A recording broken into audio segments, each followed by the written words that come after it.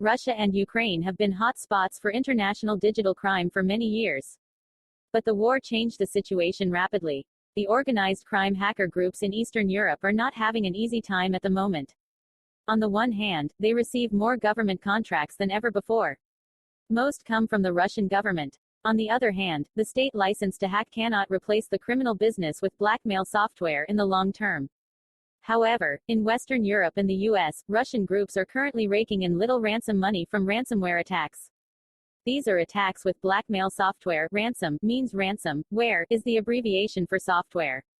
The war in Ukraine has largely paralyzed connections with the West. Secret services lead the online criminals. That is why Russian IT criminals have partly relocated their activities to Ukraine. There they are attacking Ukrainian IT infrastructure on behalf of the Kremlin. But they also use the internet connections there to conduct a kind of rump business in terms of industrial espionage and ransomware attacks.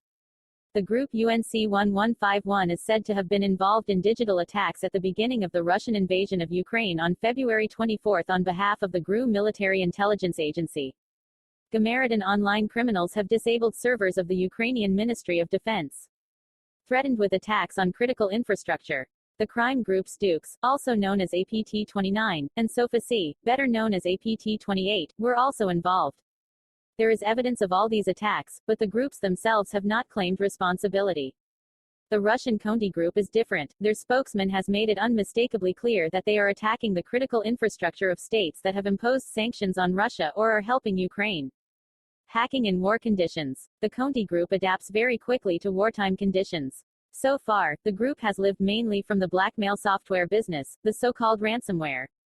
The criminal encryption Trojans play on the systems of their victims and offer them the decryption for a ransom. Conti has thus grown rapidly over the past few years. Their organizational structure is corporate and therefore very efficient. The checkpoint analysts were able to evaluate 60,000 internal documents belonging to the Conti group and thus obtained a good overview of the structure and working methods of the criminal IT group.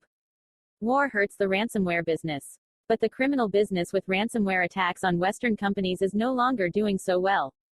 The internet connections required for this are severely restricted. Like other cybercriminals in Eastern Europe, Conti has only two options: cut staff and carry out more government contracts in the area of cybercrime. The war reverses this relationship. The Russian government takes organized digital crime in the country on a short leash.